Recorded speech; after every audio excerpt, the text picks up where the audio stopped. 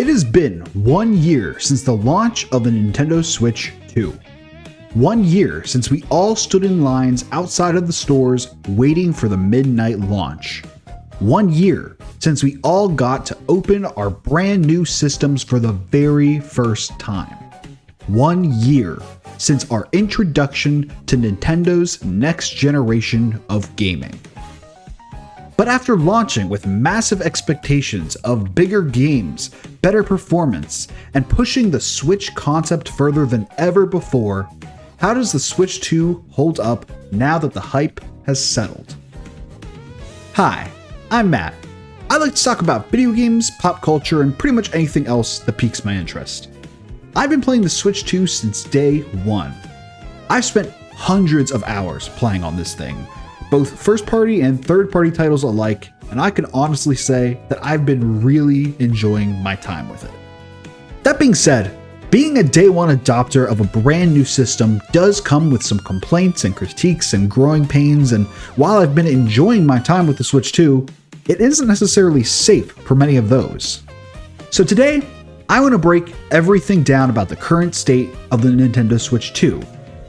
The console, the games, what it got right, what still needs work, and whether or not it's actually worth buying 1 year later.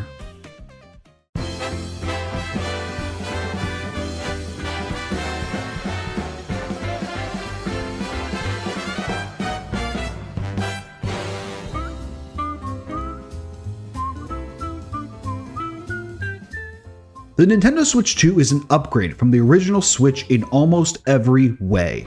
It's substantially larger, with a 7.9-inch 1080p screen capable of up to 120 Hz. It has more storage at 256GB, an increase from the original Switch's 32GB and the Switch OLED's 64GB. When docked, the Switch 2 can output at 4K resolution at 60 Hz, and has HDR support. But you probably already knew all that. It sounds great on paper, but how does it all hold up? Let's start by talking about the console itself. Like I said before, it's larger in almost every way, especially in size. With a larger screen and larger body altogether, you can definitely feel the difference when picking this up versus the Switch 1. Maybe it's just me, but it's larger to an almost uncomfortable amount. I think the console is more comfortable than the Switch when just holding it and playing it normally, like just sitting down. But if you put yourself in pretty much any other scenario, it's a lot to handle comfortably. You think dropping a phone on your face is bad while lying in bed? Try dropping the Switch 2. That being said, the Switch 2 is a very high quality feeling console. It's solid, and it feels incredibly premium. But leading up to its launch, a lot of people had real concerns about how long that premium feeling would actually last. A big concern some people had were the Joy-Con 2's magnetic attachments and how they would hold up long term. People were especially concerned about the connectors breaking easily, and I can thankfully report that that just isn't the case here. Nintendo actually commented on this in the Switch 2 Welcome Tour and showed why it isn't an issue. And of course, it was among some of the first things reviewers tested when they got their hands on the Switch 2 for the first time.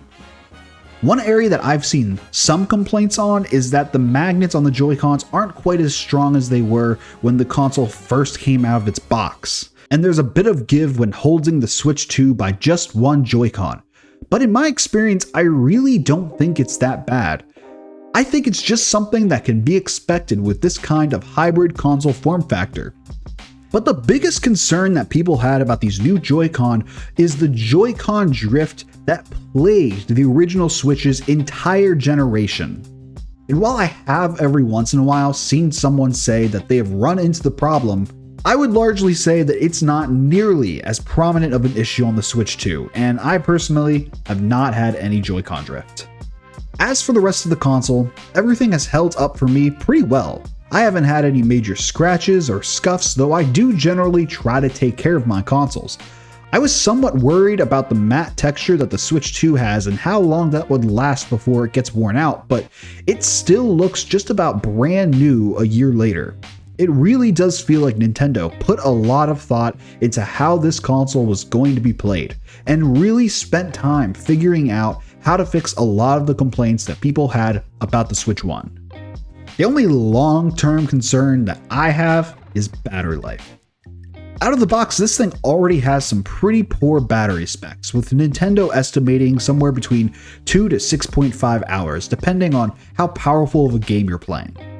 Mine is usually around 3.5 to 4 or 5 hours, which is thankfully on the higher end of what Nintendo listed, but it does have me concerned about what that battery life will look like further down the line. Overall, I think that the Switch 2 has held up pretty well for its first year of use. I've put this console through the ringer, playing all kinds of different games on it, and I'm not sure if I've found one yet that I don't think runs at least alright. But in general, I think that this is a much more powerful console than most people were giving it credit for initially, and it really does feel like a giant leap forward for Nintendo, a leap forward in catching up to the quality of the other consoles of this generation, as well as a leap forward for what kind of games we can see appear here, both from Nintendo as well as third-party developers. But we'll talk more about that in a bit. One thing I've seen people talk about online pretty much since the Switch 2's launch is that it really doesn't have much of an identity. It's just another Switch. Sure, it has this sleek, modern look to it, something that says, this is for real gamers. It just so happens that the real gaming audience that the Switch 2 has wants it to feel more like a traditional Nintendo console. They want the bright colors of the Switch 1's Joy-Cons, not just black with a hint of color. And while I admit that I do like this color scheme, I do understand the complaints, especially when we got a first look at the new Joy-Con colors. Seriously, try to spot the difference. I like the look of the Switch 2, but I wouldn't mind seeing a little bit more variety in some of the colors. Would I go out and buy every single one of them for $100 a pair? Fuck no. But I would at least go out and buy one pair to switch out with the ones that I'm currently using. The other thing that the Switch 2 lacks is any kind of unique theme. Upon the first time booting the console up, you get a pretty neat animation where all of your icons and games appear, and honestly, if that's what it was like every time, that would have been at least something. Because what we have now is basically just the OG Switch's UI, which already was hardly considered a theme of its own. I don't know, maybe I'm being too picky about themes. Nintendo was never really given us any reason to believe that they were going to be giving us new ones, so I shouldn't necessarily get my expectations up. I think my only other major complaint about the Switch 2 is that it just kind of feels like another Nintendo Switch. And to be fair, that's exactly what we asked for, a more powerful Nintendo Switch, and Nintendo delivered. I just wish that there was something to set it apart from the original Nintendo Switch. Well, something other than a webcam. Yeah, I guess that's the other major talking point that we should go over. Accessories, because the Switch 2 has two major ones worth talking about. The first one we'll get out of the way is the Switch 2 camera. Admittedly, I can't say much here as I have yet to actually pick one up, but to be honest, it doesn't sound like I've missed out on much by not having it. The Switch 2 camera is a new accessory used primarily in either game chat or in certain supporting games, such as Mario Kart World. As a concept, I do think it's kind of unique, but in execution, I just don't think anyone is using the thing. I have never seen anyone use this in game chat post-launch, and none of the games really made this feel like a good use case for it, outside of maybe Mario Party Jamboree. However, I will give credit where credit is due. Nintendo is allowing any USB-C camera to be used in place of this, which is pretty cool, and not very Nintendo of them. The other major accessory that I wanted to talk about quickly is the Switch 2 Pro Controller. It's a similar form factor to the original Switch's Pro Controller, which, hey, if it ain't broke, don't fix it. But it does have some added features, such as a headphone jack, remappable back buttons, and HD Rumble 2. If you watched any reviews prior or during the launch of this system, a lot of people were giving rave reviews to this controller, saying that it's among the best ones that they've ever used. And honestly, I don't usually give into hype all that often, but this is actually something that I agree with for the most part. The Switch 2 controller's joysticks feel so smooth, almost like they're just gliding as you move them. They aren't Hall effect, but they use an anti-friction ring along the bottom of the stick, so everything feels so nice. The face buttons feel solid, and those back buttons that I mentioned can be customized per game, meaning there's no having to reset them when you want to play a different game. They're saved, which is really great. The controller is pretty comfortable in size, at least for me, but it should be noted that it is slightly smaller than the original Pro controller. The only area that I personally still think could use some improvements is in the D-pad, and it's funny because Nintendo used to be known for having some of the best D-pads in the business with the NES and SNES controllers, but this D-pad has a lot of the same issues that the Switch's Pro controller had, including the same accidental inputs. I think if you already own a Switch Pro controller, this isn't a necessary purchase unless you really want one. Though it should be noted that you cannot wake the Switch 2 using a Switch 1 controller. Annoying, I know. But if you're looking for a new controller and not afraid to spend a pretty penny, the Switch 2 Pro controller is pretty fantastic in my opinion. Well, that was a lot of hardware talk, but like I said, we're breaking everything down about this console. So let's move on to something that most of you probably care a little bit more about, the games.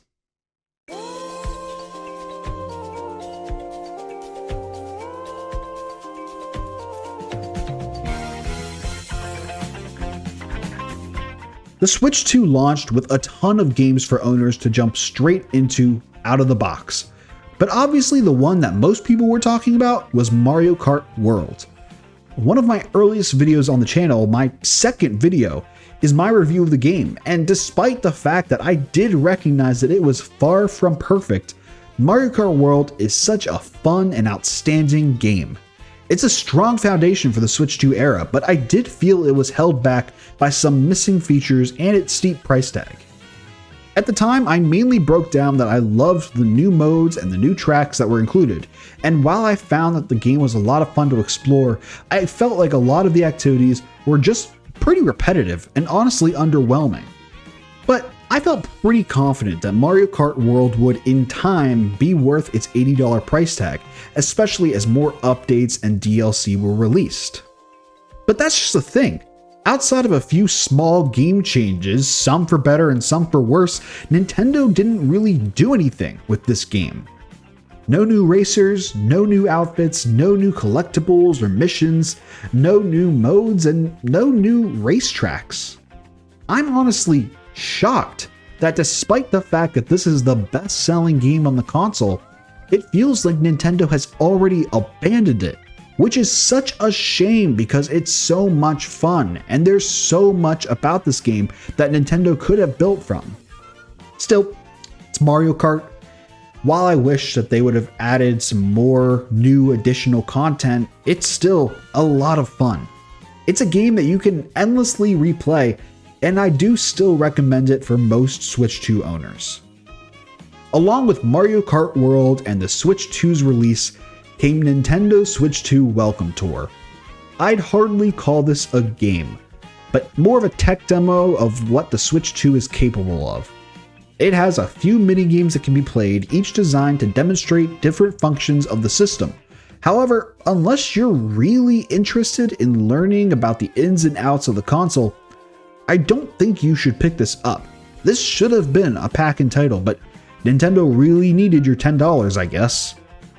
And even if you think, oh, it's only $10, in order to 100% complete the game, you need to buy a Switch 2 camera, a Switch 2 Pro controller, and you need to have a high-definition television. So that $10 little game that probably should have been included with the console is now a couple $100 just to beat.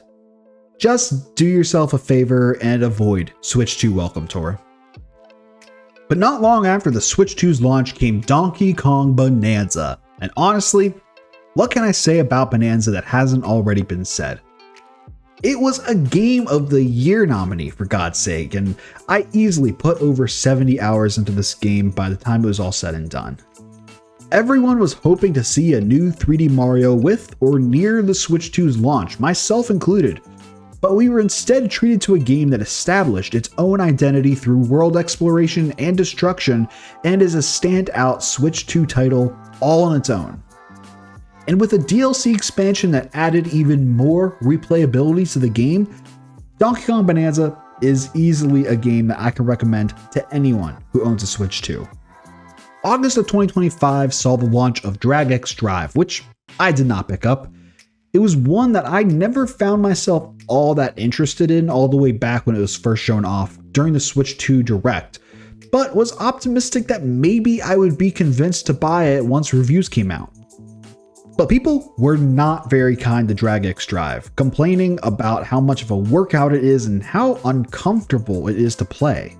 Reviewers also noted that the game was just incredibly bland to look at, which I get it's meant to mimic the colors of the console itself, but there's just not a lot to look at here. However, some reviewers did say that the overall concept and gameplay is fun, so maybe if you can get past all those initial hurdles, there's a fun game to be found.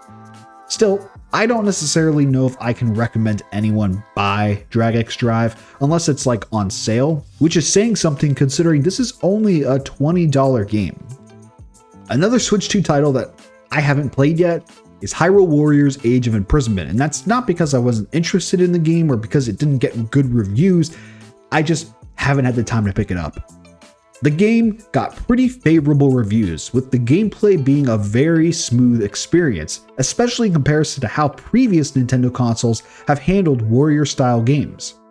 The story also got decent reviews, but some reviewers noted that some characters are less interesting than others and don't really have much of a connection to the overall plot. I can't say whether or not you should buy it because, like I said, I've yet to do the same. But I wouldn't say that this is a game that you should completely write off. If you like the Dynasty Warrior games, or if you've always been interested in trying one out, this isn't a bad place to start. Following Hyrule Warriors was the 2025 game that I was personally the most interested in picking up, Kirby Air Riders. I was initially a little skeptical of this game when it was first shown off. I never got a chance to play Kirby Air Ride on the GameCube, so I didn't really know what to expect from this game. And with it releasing not too far behind Mario Kart World, I struggled to really find the value in this game in comparison. But through multiple Nintendo Directs and showcases, we got to see more and more of this game and just how much detail Sakurai put into it. By the time that the launch day came, I was sold. I was pumped for Kirby Air Riders, and I can honestly say that I really enjoyed it. I don't think that it's a game that I could recommend to every single arcade racing gamer because it's a very different take on the genre. It's fast-paced and chaotic, but once you get the hang of how the game works, it's honestly a blast. The story was short but good. The city trial mode was a lot of fun, and there is so much customization and little tidbits that were thrown in that just make me appreciate it that much more. This was very clearly Sakurai's passion project after having worked on Smash Ultimate for so many years, and it's a fun time. Still, I don't think everyone is going to love this gameplay as much as I do, but once you get it, you get it. The game will have you hooked, but just consider all this before you buy it. It's a lot of fun, but it might not be fun for everyone. Now is a good time to bring up that among all these Switch 2 exclusives, Nintendo were also releasing a bunch of Switch 2 versions of Switch 1 games. Games like Breath of the Wild and Tears of the Kingdom, like Mario Party Jamboree and Kirby and the Forgotten Land, like Pokémon Legends ZA, and the last major title to release in 2025, Metroid Prime 4. Now, I didn't buy Pokémon Legends ZA. If you're subscribed to my channel, there's a good chance that you've at least watched my video where I complained about the current state of Pokemon games for like 20 minutes. I wasn't going to buy Pokémon Legends ZA unless I knew it was good. But Metroid Prime 4? Now that's a whole different kind of beast. Prime 4 is a game that we were all waiting on for what, 7 years? So seeing it finally get released along with an enhanced version for the Switch 2 is something I knew I just had to pick up. And when I did, I didn't play it for very long. Yeah, I know. I had a lot going on around the time, and so I really only got to play a couple hours of the game. But I will say what I did play, I really enjoyed. And the general consensus is that Prime 4 is a good game, but not a good Metroid Prime game. There were complaints about the open world areas and how the game's level design lacked the tightness from earlier games. But I did find a lot of highlights in it. I thought that the worlds and the environments looked gorgeous. It really did feel like the first modern Nintendo game in that regard. It stacks up well against some other first-person shooters. I thought that the controls were great. I love the addition of using mouse mode to aim. Hopefully, that's an addition that we can expect to see from other first-party Nintendo games, and definitely from other military shooters, such as the new Call of Duty game coming in 2026. I just think I didn't really give Prime 4 enough time to really hook me. I mean, it came out around the holidays, which was just a really busy time. So I do want to jump back into Prime 4 and really give it the time that it deserves. 2026 has so far seen the release of 2 other Nintendo Switch 2 edition titles, with Animal Crossing New Horizons in January and Xenoblade Chronicles X in February. But between those, we saw the release of Mario Tennis Fever. The general reception for this game is that it's perfectly fine. It's gotten a better reception than Aces did back on the original Switch, albeit by a very slim margin. But for a Mario sports game, it's a little pricey. You have to be really interested in this game if you want to spend $70 on it, and it's pretty hard for me to recommend at that price. But one game that I can recommend without a doubt is Pokémon Pokopia. Of all of the Switch 2 exclusive titles that have been released so far, this is easily the one that I've spent the most time playing. I recently made a video where I went really in depth about how I felt about Pokémon Pokopia, which you can watch here, but I said that it's a game that pretty much anyone can really find something to love. Despite the fact that it's on a game key card, the game is one of the best selling titles on the console, and it is honestly one of the first games that I can really say is a system seller. Pokopia is charming, it's polished, it's incredibly addictive, and it successfully blends cozy life simulation with exploration and building to make a Pokemon experience truly like no other. The final game to be released on the Switch 2's first year by Nintendo is Yoshi and the Mysterious Book. It's only been out for around a week as of the time of recording, and I'm still working through my playthrough. But it's been getting positive reviews for the gameplay and the art style, although it has been called repetitive and a fairly short game to complete, as it roughly only takes around 8 hours to beat the main story. So whether or not it's worth the price tag is completely up to you. And that's Nintendo's first year on the Switch 2, but there were so many third-party titles brought to the console throughout this year.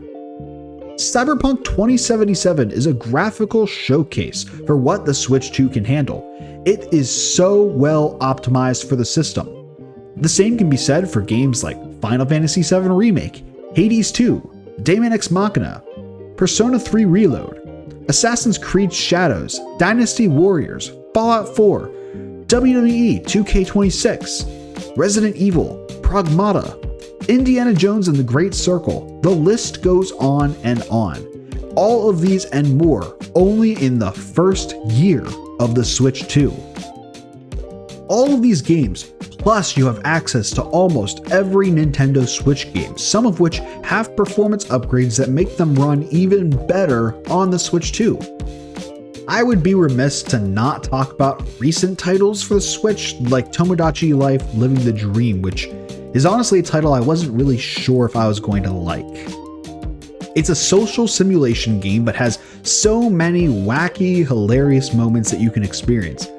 I have spent hours creating different Miis and characters, and having custom items in the game make it so much fun. And while I've been enjoying my 50 plus hours of gaming, I do still think it's a game that you really have to experience to know if you're actually going to like it. But having access to all of these Nintendo Switch games just adds so much value to the Switch 2, and like we said before, The console is not lacking when it comes to exclusive titles, but between all these games, the Switch 2's library is absolutely stacked, and you don't have to worry about not having anything to play anytime soon. I found myself enjoying a lot of what the Switch 2 had to offer this year, but I will say that I do not think it was as strong of a first year as what we had on the original Nintendo Switch, at least as far as first-party games go. Don't get me wrong, there were some great games here, but there's just no topping 2017's Breath of the Wild and Super Mario Odyssey. But where the Switch 2 has the Switch 1 beat is with third-party support. It took a while to get major third-party support on the original Switch, but developers came out of the gates swinging for the Switch 2. If I had to narrow down the games I think any Switch 2 owner should buy, I would say that they would be Mario Kart World, Donkey Kong Bonanza, and Pokémon Pokopia. One gives you a really fun, highly explorable kart racer. One brings you a fresh, fun-feeling 3D platformer, and one brings you a cute, cozy game where you can truly show off your creativity and just have a good time. All three are titles that I don't think anyone should sleep on. All three are just a ton of fun, and I think that when the Switch 2 generation has come and gone, these are going to be among the games that everyone looks back on and remembers as some of the best titles that the Switch 2 has to offer. That's what everything looks like right now, but what's the future of the Switch 2 look like?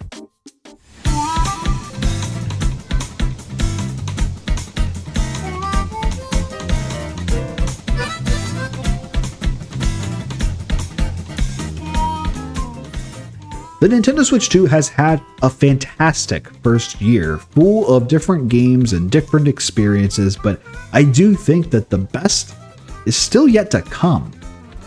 We already know of some pretty great titles confirmed to be coming to the Switch 2. Star Fox, a remake of the N64 classic, is coming later this month. Splatoon Raiders, the first Splatoon spinoff, releases on July 23rd. Fire Emblem Fortune's Weave will be released this year, as well as the Duskbloods, and it's likely that we'll get confirmed release dates very soon, with a June Nintendo Direct, where even more games will be revealed to be coming this year and beyond. And just think, we have so many other classic Nintendo franchises that have yet to get a new exclusive game on the Switch 2. The Legend of Zelda, Mario, Animal Crossing, Smash Bros., Pikmin, Mario Party, a traditional Kirby game, a traditional Pokemon game. I can keep going. So while I hope to see something from some of these franchises soon, the fact that the Switch 2's first year was this good and they weren't here says a lot, and hopefully means that Nintendo has some big plans in store for these franchises. So with all of this combined, how I feel about the console itself, how I feel about its first year of games, and what I feel that the future of the console may look like, is the Nintendo Switch 2 worth it 1 year later? Honestly, I think it comes down to if you like the type of games that are on the console right now. Like, from a hardware perspective, there will always be a bigger, better thing coming down the road. It's like phones. Why buy a new iPhone now when there's going to be a new one releasing 3 months from now? Oh, but then there's going to be another one releasing in a year from now that has an even better camera and an even bigger display, so should you wait for that one instead? The same can be said for something like the Switch 2. Yes, the battery life could use some improvements, and it realistically probably will in a few years' time. But do you really want to wait for that to happen just to play the newest Donkey Kong game? Sure, there might be an OLED screen someday instead of the LCD one we have now, but is it really worth waiting and missing out on all of these great games? I try to not look too far into the future when it comes to things like that. I'd rather review them for how they are right now. It's how I do it for every single game, no matter what kind of promises we were given for the game's future. And I think that that's how I want to review the Nintendo Switch 2. I personally think that the Switch 2 has had a great first year. Even if I was hoping to see something from larger franchises or was hoping to see some kind of additional feature in what we have, I think that the Switch 2 is a great device. It's sleek, it's modern, but it feels powerful and is a legitimate big step forward in terms of what kind of games Nintendo can make and what kind of games that we can expect to see on the console. I'm happy with the first-party offerings that we've gotten, and I'm definitely happy with the almost overwhelming amount of third-party support. I don't think it's a completely irresponsible choice to look into the future of the games that we'll be seeing, but I wouldn't necessarily purchase a Switch based on the idea of that alone. I think if there's a current title on the system that you really want to sink your teeth into and play, then by all means, get a Nintendo Switch. If there's a couple of games that you'd like to try but aren't completely sure about, see if there are any demos for those games at a Switch 2 kiosk in your local game store, or if you don't mind spending the money, just get the system and see what you think. But if nothing that I've said during this video speaks to you, if none of the titles have caught your eye, if you think your OG Switch or even your Xbox or PlayStation are getting the job done just fine, then don't go out and buy a Switch 2, at least not right now. Keep an eye out on new titles being added, put your money to the side, and buy it whenever the time feels right for you. But for me, I'm a Nintendo shill, we've been over this before. The Nintendo Switch is one of my favorite consoles ever, and the Switch 2 has already made its place among that list. I spend so much time playing on this thing, and even though I find myself waiting for a Mario or a Link to show up, I can't help but feel that the games that we already have are some pretty fantastic stuff. For me personally, the Switch 2 has such a diverse library already, and it's just getting started. And I think that there's a lot to love about this handheld device. The Nintendo Switch 2 is an easy recommendation from me. It's convenient, it's reliable, and the idea of playing your games wherever you want still hasn't really lost its luster for me. I think if you're interested in this device and its games and don't have an original Switch, go for it. If you have an original Switch and just want to check out these titles, go for it. If you have an original Switch and want something that makes your games even more powerful, go for it. But if you aren't itching to buy a Switch 2, if the games haven't interested you, then don't go buy something hoping for better things to come in the future. But I personally love my Nintendo Switch 2.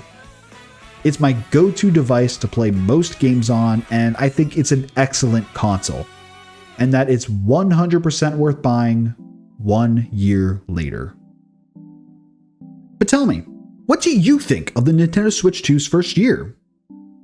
Let me know in the comments down below. I'd love to hear from you. If you like this video, please give it a like, and be sure to follow me on all of these social media platforms. But whatever you do, I just want to thank you for watching this video. If you liked what you see and you want to see more, be sure to hit that subscribe button and notification bell to keep up to date on all of my latest videos. Thank you so much for watching, and I'll see you next time.